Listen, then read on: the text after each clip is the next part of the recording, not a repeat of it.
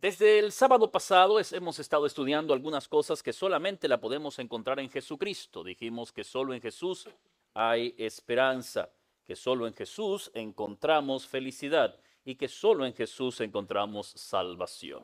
Hoy quiero hablarles de que solo en Jesucristo podemos encontrar el perdón. Y quiero que me acompañen por favor al Evangelio según San Juan, es el cuarto Evangelio de la Palabra de Dios. Vamos a leer el capítulo 8, versículo número 1 hasta el versículo número 11. San Juan, capítulo número 8, versículo 1 hasta el versículo número 11, recordándoles que el Evangelio de Juan fue escrito por Juan, y Juan escribió el Evangelio de Juan, primera, segunda, tercera de Juan, también escribió el libro del Apocalipsis, y este Evangelio es el que contiene el versículo bíblico más famoso de la historia, Juan 3:16, que dice que de tal manera amó Dios al mundo, que ha dado a su Hijo único, para que todo aquel que en él crea no se pierda, mas tenga vida eterna. Leemos entonces San Juan capítulo número 8, versículo número 1 en adelante. Jesús se fue al monte de los olivos y por la mañana volvió al templo y todo el pueblo vino a él y sentado él les enseñaba.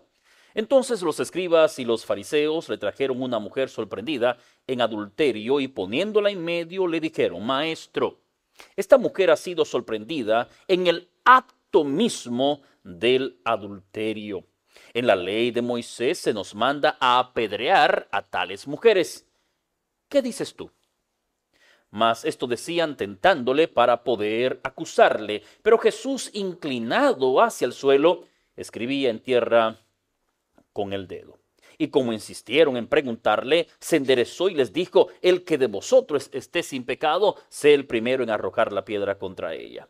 E inclinándose de nuevo hacia el suelo, siguió escribiendo en tierra. Pero ellos, al oír esto, acusados por su conciencia, salían uno a uno, comenzando desde el más viejo hasta el postrero, y quedó Jesús solo. Y enderezándose Jesús, y no viendo a nadie sino a la mujer, le dijo: Mujer, ¿dónde están los que te acusan? ¿Ninguno te condenó? Ella dijo: Ninguno, Señor. Entonces Jesús le dijo: Ni yo te condeno. Vete y no peques más. Vamos a orar.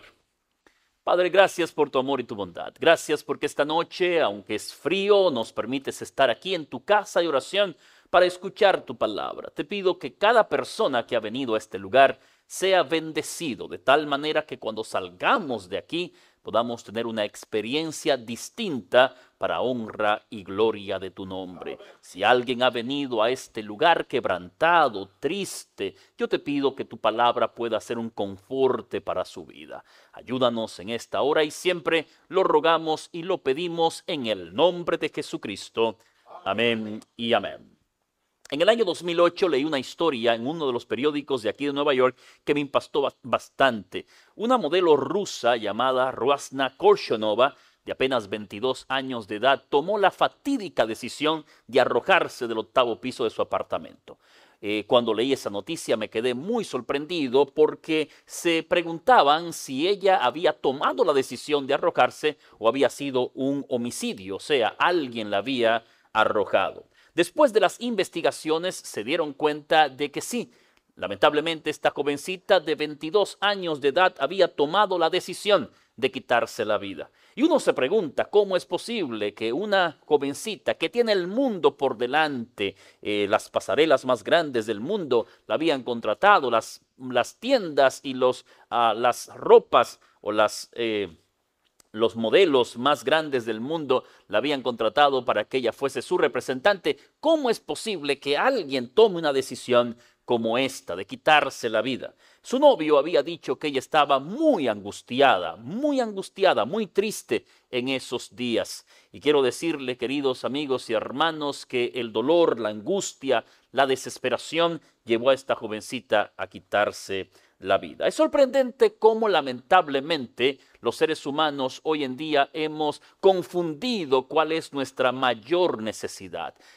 Tristemente la gente no entiende cuál es su mayor necesidad. Para mucha gente, la mayor necesidad que tienen los seres humanos es de dinero, de educación, de alimentación, de salud. Pero ¿cuál es la mayor necesidad que tienes tú y que tengo yo? Permíteme decirte que si nuestra mayor necesidad hubiese sido de dinero, Dios nos hubiese enviado un economista. Si nuestra mayor necesidad hubiese sido de educación, Dios hubiese enviado un maestro. Si nuestra mayor necesidad hubiese sido salud, Dios envía un médico. Pero nuestra mayor necesidad es de perdón. Y por esa razón Dios envió en Jesucristo un Salvador. Y en esta noche quiero hablarte de esta mujer que aparece en el capítulo número 8 de Juan, la cual estaba angustiada como Rasna Korchonova. Pero a diferencia de esa modelo ruso, esta mujer encontró en Jesús el perdón. La Biblia dice que Jesús estaba predicando una mañana en el templo. Jesús era un enigmático predicador. La gente le gustaba escuchar cuando Jesús hablaba. Y una multitud grande vino a escuchar a Jesús mientras él estaba enseñando. Pero allí también vinieron unos religiosos llamados los fariseos y escribas, los cuales no vinieron a escuchar a Jesucristo predicar, más bien vinieron a acusar a una mujer que había sido sorprendida en el mismo acto del adulterio. Tomaron esta mujer y la tiraron semidesnuda a los pies del Señor Jesucristo y venían con una pregunta. ¿Cuál era la pregunta? Maestro, en la ley de Moisés se nos manda a apedrear a tales mujeres. ¿Qué dices tú? Amigos, la ley de Moisés bien decía que una mujer y un hombre que fuesen encontrados en adulterio debían ser lapidados, o sea, debían ser apedreados. Estos hombres conocían al dedillo lo que conocemos nosotros como la letra de la ley. Ellos sabían cada detalle, cada punto de lo que Dios demandaba. Pero lamentablemente estos fariseos o religiosos no conocían el espíritu de la ley. Cuando uno lee esta historia, uno puede pensar que el objetivo era apedrear a la mujer. Pero no, el objetivo no era tanto acusar a la mujer. ¿Cuál era el objetivo en esta historia? ¿Qué perseguían ellos en esta historia? Bueno, su objetivo era nada más y nada menos de acusar ¿a quién? A Jesucristo. La mujer tan solo era la carnada para hacer caer a Jesucristo. ¿Qué pasaba en ese momento? Bueno, mire, ellos dijeron, maestro, esta mujer la perseguimos, la fisgamos y la encontramos en el acto mismo del adulterio. ¿Qué dices tú? Mire, si Jesús decía, apedréenla, cumplan la ley, ellos entonces iban a decir, espérate un momento. Tú no tienes la facultad de dar sentencia de muerte porque nosotros estamos bajo el gobierno romano y eso solamente lo puede hacer los romanos. Por lo tanto, te vamos a acusar de sedición, de quebrantar la ley y ahora tú eres el que serás reo de muerte. Ahora, si Jesús decía, no la apedreen, entonces ellos iban a levantar una acusación diciendo, tú que dices que eres un predicador de la santidad, ahora se estás tolerando el pecado. Hay un dicho que dice que Jesús estaba entre la espada y ¿qué cosa? Y la pared. Si decía una cosa, estaba mal. Si decía otra cosa, estaba también peor. Así que ahora Jesús, ellos dicen, vas a caer en lo que yo llamo la trampa perfecta. No importaba lo que Jesús dijese, lo iban a acusar. ¿Qué hizo el Señor? Bueno, el Señor no dijo absolutamente nada. Él no se defendió tampoco. El Señor buscó la forma de justificar la situación. Dice que el Señor hizo una acción. ¿Qué acción hizo el Señor? Nos dice la Biblia que el Señor descendió al suelo y comenzó a escribir ¿con qué cosa? Con su dedo. Amigos, interesante. Imaginen la escena. Ahí está la mujer semidesnuda, temblando de miedo. Los escribas y fariseos religiosos con piedras en las manos. Jesús escuchando la acusación y él solamente hace un acto. El acto que Jesús hace es desciende, según San Juan capítulo 8, versículo número 4, se inclina y comienza a escribir con su dedo.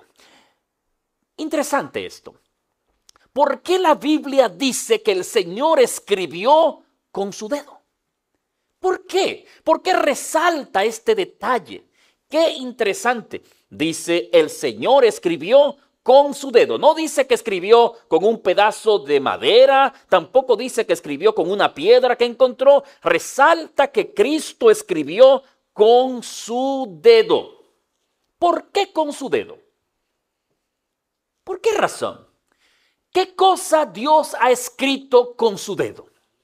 ¿Qué otra cosa el Señor escribió con su dedo? Vamos a anotar algunas cosas que Dios ha escrito con su dedo. Vamos, por favor, al libro de Éxodo, capítulo 31. Éxodo, capítulo 31, aparece lo primero que Dios escribió con su dedo. Allí la Biblia declara, Éxodo, capítulo 31, versículo número 18, la Biblia dice lo siguiente.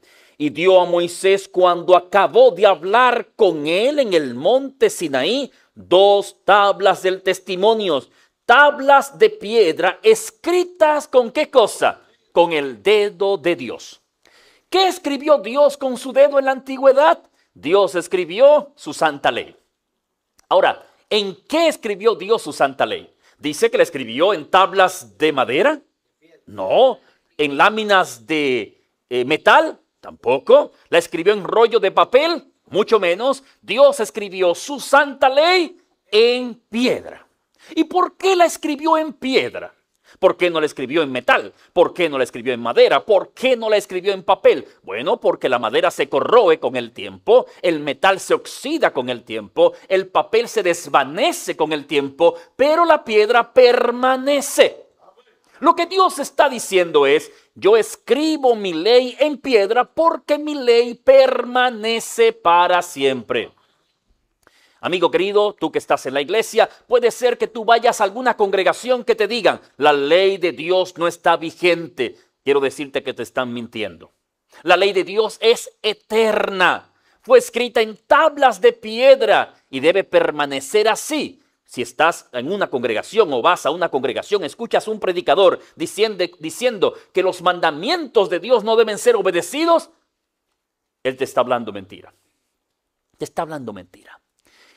Y permíteme decirte que son muchos que dicen hoy en día, oh, ya nosotros no estamos bajo la ley, ahora estamos bajo la gracia. Y dicen, oh, como estamos bajo la gracia, por lo tanto no tenemos que obedecer la ley. ¿Es esto cierto?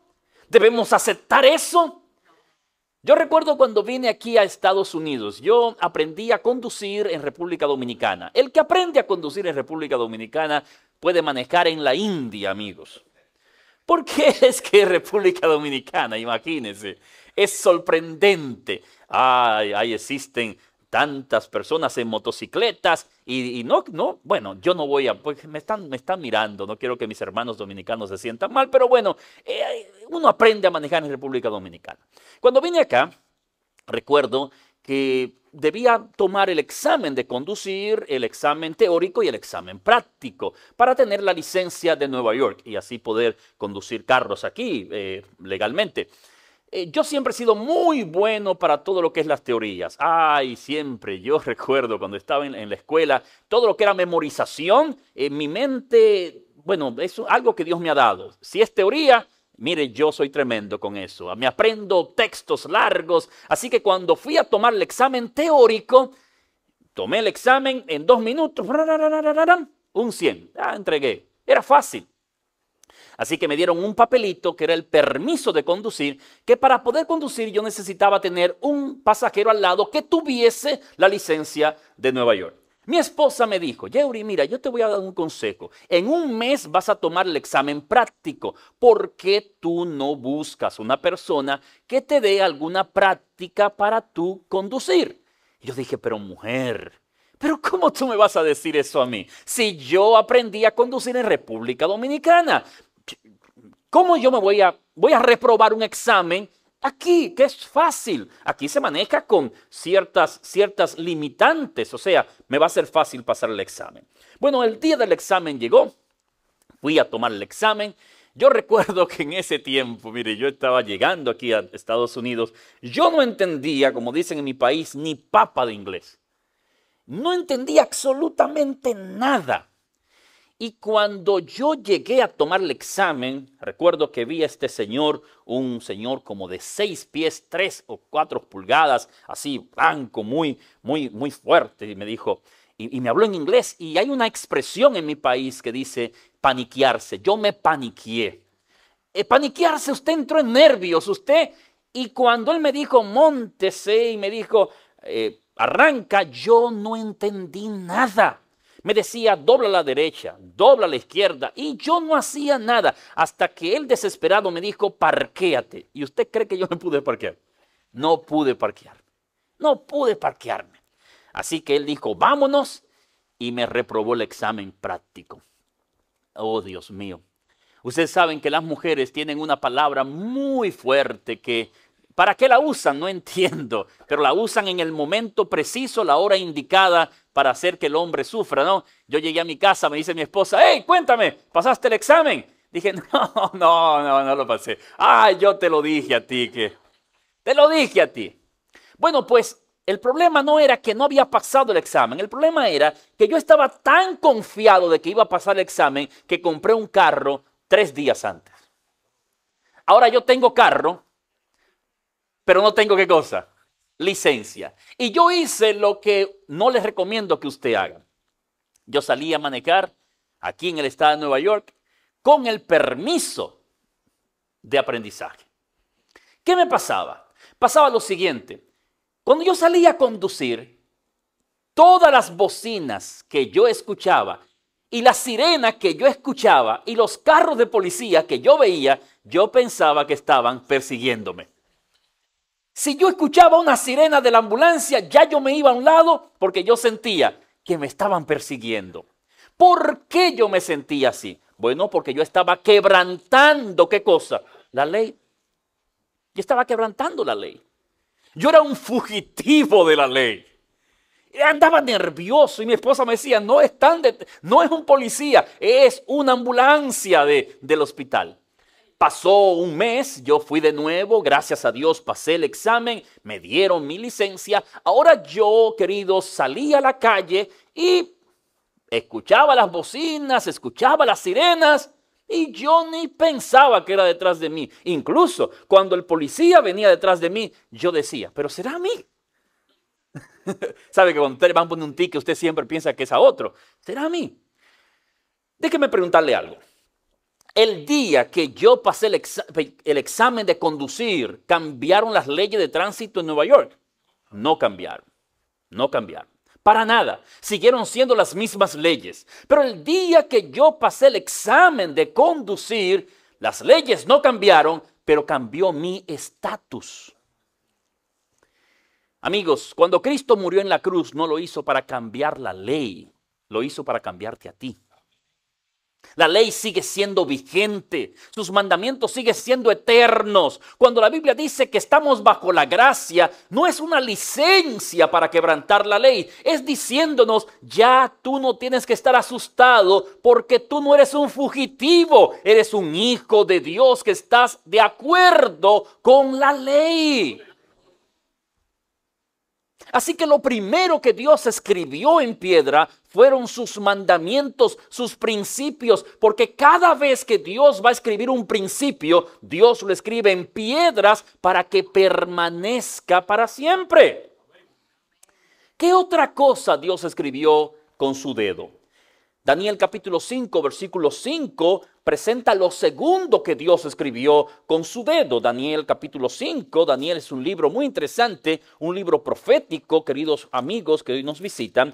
La Biblia dice en Daniel capítulo 5, versículo número 5, que en aquella misma hora aparecieron los dedos de una mano de hombre que escribía delante del candelabro sobre el encalado de la pared del palacio real, y el rey veía la mano que escribía. La Biblia dice que un rey llamado Bersasal un día hizo un banquete, una fiesta, mandó a buscar los vasos del templo de Dios para profanar el nombre de Dios. y mientras bebía vino en los vasos del templo del Señor, en ese momento, cuando la fiesta estaba en sus mejores, en sus buenas, dice que la mano de Dios apareció y comenzó a escribir en la pared, en la piedra. ¿Qué escribió esa mano? Dice que esa mano escribió una escritura ilegible que decía Mene, Mene, Tekel, Uparsin. Y mandaron a buscar al profeta Daniel para leer esta expresión. Y Daniel leyó la expresión y le dijo al rey Belsasar: mira, rey, lo que aquí se escribió fue: tú fuiste pesado en una balanza y has sido hallado falto. ¿Qué escribió Dios esa noche? Amigos, Dios escribió un juicio. Un juicio.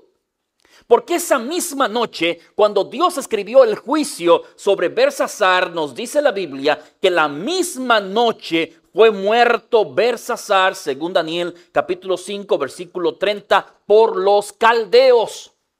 La misma noche que Dios escribió la sentencia de juicio, él murió. Porque cuando Dios escribe sentencia de juicio, Dios lo hace para que permanezca y que nadie lo cambie. Así que cuando usted estudia la Biblia, amigos, se da cuenta de que Dios escribe con su dedo principios y Dios escribe con su dedo juicio. Por eso es que nadie se le ha dado la oportunidad o se le ha dado el privilegio o se le ha dado la opción de escribir juicio contra nadie. Solamente Dios puede hacerlo. Yo no tengo esa potestad. Tú no tienes esa potestad. La Biblia dice que el juicio se le ha entregado al Hijo, no a mí. Yo no soy quien dicta juicio contra nadie. Yo puedo presentar la palabra, puedo predicar la palabra, pero al fin de cuentas es Dios quien decide quién se salva y quién no. Solamente Dios tiene ese poder. Así que Dios, amigos, escribe en piedras juicio y escribe principios. Pero la tercera vez que Dios escribió es interesante, porque la tercera vez que Dios escribió fue en la historia que estamos leyendo esta noche. Y dice la Biblia que Él escribió en ese día, no escribió en una piedra, sino que escribió ¿dónde? En el piso, en la arena. ¿Qué escribió Dios ese día? Déjeme decir lo siguiente: la Biblia no fue escrita en español. La Biblia fue escrita en un lenguaje llamado griego, el Nuevo Testamento. Y para utilizar la palabra escribir en griego, la palabra escribir en griego es grafé, que de donde viene la palabra grafía y grafiti. Pero cuando usted quiere escribir algo en contra de alguien, usted usa una expresión en griego, es catagrafé o catagrafeín. Dice que Cristo se inclinó y catagrafeín, o sea, escribió algo en contra de alguien. ¿Qué escribió Dios allí? ¿Qué escribió Jesús? Algunos dicen que Jesús escribió la ley. Yo no creo que escribiera la ley, pero otros dicen que Jesús escribió allí los pecados de los acusadores. ¿Por qué razón? Porque Cristo conocía y conoce el corazón de todo el mundo. San Juan capítulo 2 dice, Él no necesita que nadie le diga lo que hay dentro del hombre porque Él conoce al ser humano.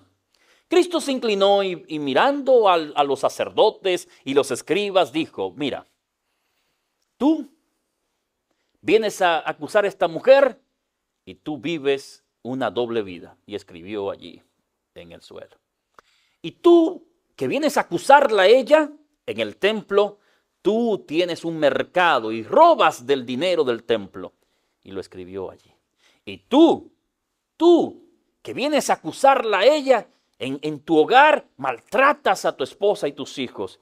Y lo escribió allí. Y Jesús comenzó a escribir una lista grande de pecados. Y todo el mundo comenzó a ver su propio pecado, que era tal vez mucho peor que el pecado de esta mujer que había sido engañada. Porque miren bien, para que se cometa adulterio es necesario 2 personas. Pero aquí no aparece el hombre, solamente aparece ella. Era una trampa. Y Jesús escribió todos esos pecados. Y cuando la gente comenzó a mirar el pecado escrito allí, se avergonzó. Aquí están viendo lo que yo soy, lo que escondo. Y Cristo lo escribió todo. Pero miren qué misericordioso es Dios. ¿Dónde escribió el pecado? ¿Dónde lo escribió? Si lo hubiese escrito en una piedra, hasta hoy estuviéramos leyendo los pecados de la gente. Pero Él no lo escribió en una piedra. Cristo escribió el pecado y lo hizo en la arena. ¿Y por qué lo escribió en la arena? Simple y sencillo. Porque lo que se escribe en la arena, viene el viento y lo borra. Viene la lluvia y lo borra. Las pisadas de la gente vienen y lo borra para siempre. Queridos, Dios no escribe pecados en piedra. Dios escribe pecados en la arena. Lamentablemente los seres humanos somos contrarios a Dios. Nosotros escribimos principios en arena y pecados en piedra. Pero Dios es completamente distinto. Dios el principio lo escribe en piedra para que no se borre y escribe el pecado en la arena para que sea borrado para siempre. Amigo, el perdón de Dios es para siempre. El perdón de Dios es para siempre. Dios quita el pecado del hombre. Y lo que no puede hacer la psicología, lo que no puede hacer la psiquiatría, lo que no pueden hacer las terapias, lo hace el poder del perdón. Hay mucha gente hoy en depresión porque no ha sido o no ha experimentado el perdón.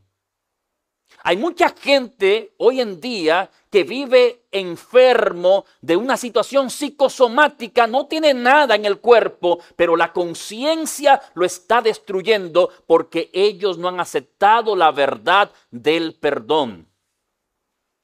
Amigos, Dios perdona. Dios perdona completamente. Y no tengo tiempo en esta hora para mostrarte textos bíblicos acerca del perdón, pues son bastantes, pero toma algunos de ellos. Primera de Juan capítulo 1, versículo 9 dice que la sangre de Jesucristo, su Hijo, nos limpia de todo pecado. Isaías capítulo 1 versículo 18 dice, ven, estemos a cuenta, si tus pecados fueren como la grana, como la nieve serán emblanquecidos. Si fueren rojos como el carmesí, vendrán a ser como lana limpia. Miqueas capítulo 7 versículo 14 en adelante dice que Dios echa el pecado en la profundidad del mar y nunca más se acuerda de él. Dios perdona completamente. No importa lo que hayas hecho, no importa cuán bajo hayas caído, no importa cuánto lo has escondido, Dios perdona completamente. Su perdón es completo. Tu pecado Dios lo escribió no en piedra, tus pecados Dios lo escribió en la arena. En la arena. Hace tiempo escuché la historia de un pastor que llegó a una iglesia y predicó un poderoso sermón. Era un pastor joven. Los pastores cuando están jóvenes siempre son bien enérgicos y carismáticos. Después ya uno cuando se va poniendo más de edad deja de ser enérgico y carismático. Y este joven llegó a la iglesia, predicó un poderoso sermón y en la iglesia había una señora ya de 70, 80 años que lo esperó en la puerta y le dijo, pastor, qué lindo su sermón. Qué poderoso sermón. ¿Sabe, pastor? Quiero confesarle algo. Yo hablo con Dios todos los días. Qué bueno, dijo el pastor, hermana, que usted habla con Dios todos los días. Yo también hablo con Dios en oración, hermana. No, pastor, pero lo mío es diferente, porque yo hablo con Dios y Dios habla conmigo. ¿Cómo, hermana? Sí, todo lo que yo le pregunto a Dios, Él me lo dice. Incluso, si hay algo que usted quiere saber, pregúntemelo, que yo le voy a preguntar a Dios y se lo voy a decir. El pastor, cuando era más joven, había cometido un pecado que nadie sabía. Así que le dijo a la señora, mire, pregúntele a Dios, ¿cuál fue el pecado que cometió su pastor cuando era más joven? Pastor, ¿está seguro que usted quiere eso? Sí, pregúntele. Era algo que solamente el pastor sabía. Así que la señora se fue, el pastor se fue. Pasaron 2 semanas, él volvió a predicar, predicó un poderosísimo sermón y al final allí estaba la hermana esperándolo.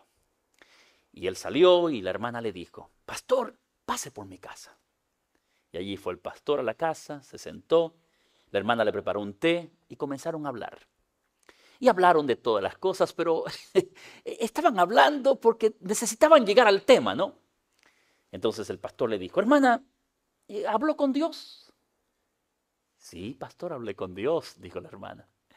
Y usted le preguntó acerca de lo que yo le dije. Claro que le pregunté, pastor.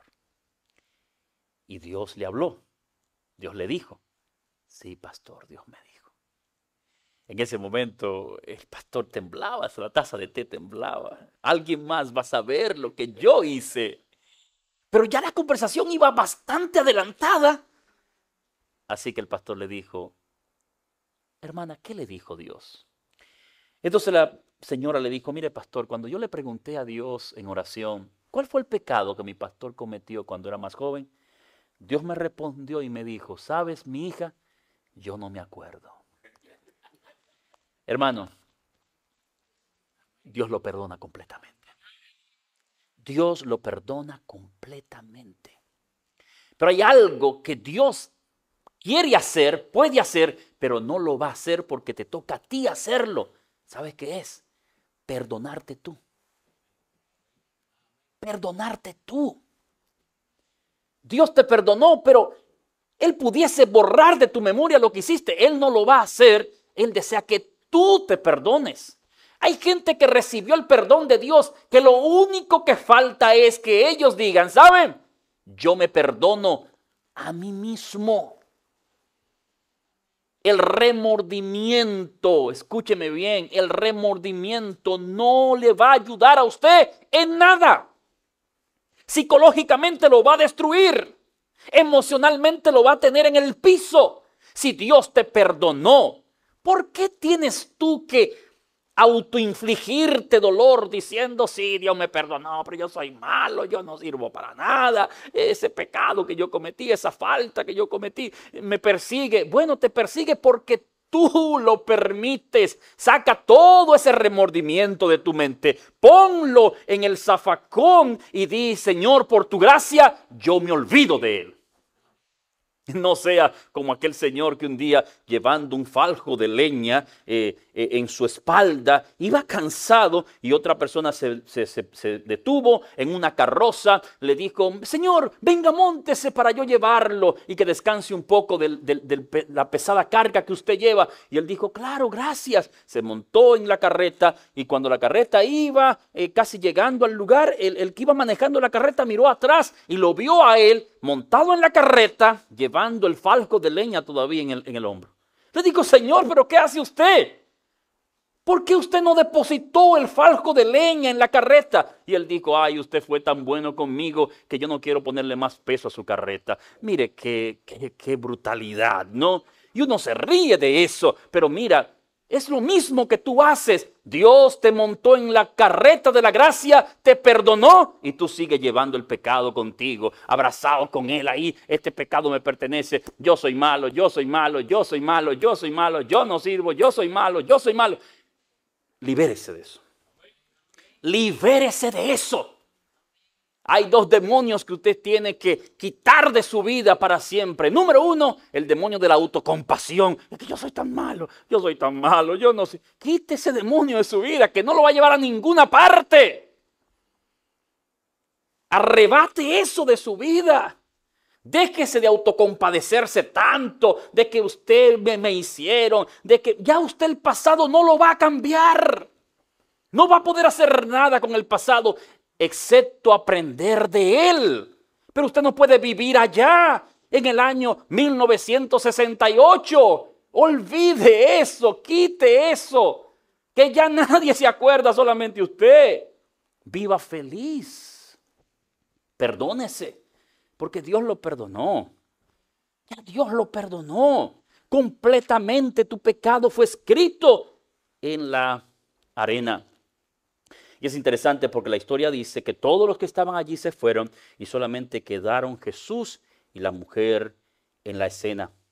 La mujer miró a Jesús y le dijo, mirando a Jesús, Señor, ninguno me ha condenado. Y esa expresión era preguntando, Señor, ¿y tú me condenas? Y es interesante cómo el Señor concluyó este encuentro. Dice que Jesús la miró y le dijo, ni yo te condeno. Vete y no vuelvas a pecar. Queridos, qué bonito es el Evangelio, ¿no? Qué alentador es el Evangelio. Usted sabe que la gente paga más de $150 por hora para que le den una terapia. Y Dios te da una terapia gratis todos los días, ¿no? Te dice, yo no te condeno. No te condeno. El Evangelio tiene dos caras. La primera cara dice, hijo, yo te acepto como tú eres. Yo no te condeno. Romanos capítulo 8, versículo número 1. La Biblia dice, el apóstol Pablo escribió para ti allí diciendo, ahora pues, ninguna condenación hay para aquellos que están en Cristo Jesús. No hay condenación. Amigo, el Evangelio de Jesucristo inicia diciendo de esta manera, yo acepto al pecador, no importa el pecado que haya cometido. No importa. No importa lo negro de tu pasado, no importa el pecado que cometiste, Dios te acepta tal como tú eres. Y no tienes que cambiar para venir a Dios. No tienes que mejorar tu vida para venir a Dios. Solamente tienes que venir a Él porque Él no te está pidiendo que cambies para que vengas a Él. Tan solo te dice, venid a mí, todos los que estáis trabajados y cargados, y yo os haré descansar. Pero recuerde que yo dije que el Evangelio tiene dos caras. En la cara que dice, yo te acepto, yo no te condeno. Y la cara que dice del Evangelio, no peques más. El Evangelio te perdona, pero el Evangelio no te puede dejar como te encontró. El Evangelio necesita, o el Evangelio tiene el poder para cambiarte. La gente dice, fulano de tal nació borracho, él tiene un gen de borrachera, él no va a cambiar, él tiene un vicio de juegos de azares, él no va a cambiar. Eso es mentira del diablo. No hay nadie que no pueda cambiar por el poder del Evangelio. Si escuchas a una persona diciendo, él nació así, se queda así, porque nació. No, amigos, mira lo que dice la Biblia en 1 Corintios capítulo 6, versículo número 9. Dice, ¿no sabéis que los injustos no heredarán el reino de Dios? No erréis, ni los fornicarios, ni los idólatras, ni los adúlteros, ni los afeminados, ni los que se echan con varones, ni los ladrones, ni los avaros, ni los borrachos, ni los maledicentes, ni los estafadores heredarán el reino de Dios. Pero noten lo que dice el Evangelio. Esto erais algunos.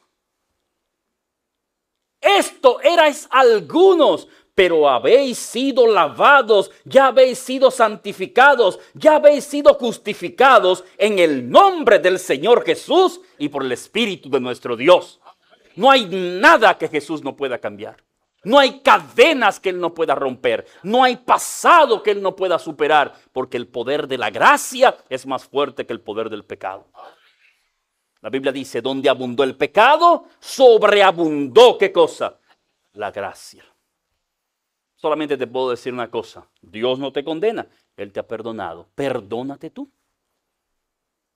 Perdónate tú y deja que el Evangelio te cambie completamente por su gracia. Uno de mis personajes favoritos de la historia es Martín Lutero, porque era un hombre era un hombre único, era tremendo. Martín Lutero un día encontró una Biblia encadenada y leyó la Biblia y con esa Biblia cambió el mundo por completo en el año 1517 con la Reforma Protestante. Cuenta que un día Martín Lutero estaba en su estudio y el diablo se le apareció. El diablo vino a él, cuenta la historia, con un rollo de papel blanco y un tintero negro. Y se le presentó a Lutero y dijo, mira Lutero, tú crees que eres santo, que eres bueno. Tú eres un pecador empedernido. Abrió el rollo y comenzó a escribir el diablo pecado tras pecado. Lutero, tú eres mío porque has hablado mentira, eres mío porque has tenido pensamientos lujuriosos, tú eres mío porque faltaste a tus promesas. Y le escribió una lista de pecados. Y Lutero, con su cabeza abajo, dijo, es verdad, diablo, tienes razón. Pero hay algo que tú no sabes, dijo Lutero. El diablo dijo, algo que yo no sé, ¿será que tú eres tan malo que hay un pecado que ni el mismo diablo conoce? Entonces Lutero le dijo, mira, diablo, debajo de esa lista negra, escribe con tintas rojas, la sangre de Jesucristo limpió a Lutero de todo pecado. Dice que el diablo arrojó el tintero y se fue maldiciendo. ¿Es verdad o mentira esta historia? Yo no sé. ¿Es ficción? No sé. Pero guarda una gran realidad. Si el diablo se acerca a ti acusándote, no discuta con él. El día que Satanás venga a tu vida o a tus pensamientos acordándote tu pasado, tan solo recuérdale a él su futuro. Porque si tú tienes un pasado negro, el diablo tiene un futuro peor. Aférrate de la gracia de Dios. Acepta el perdón, porque solo Jesús puede dar el verdadero perdón y la verdadera paz emocional.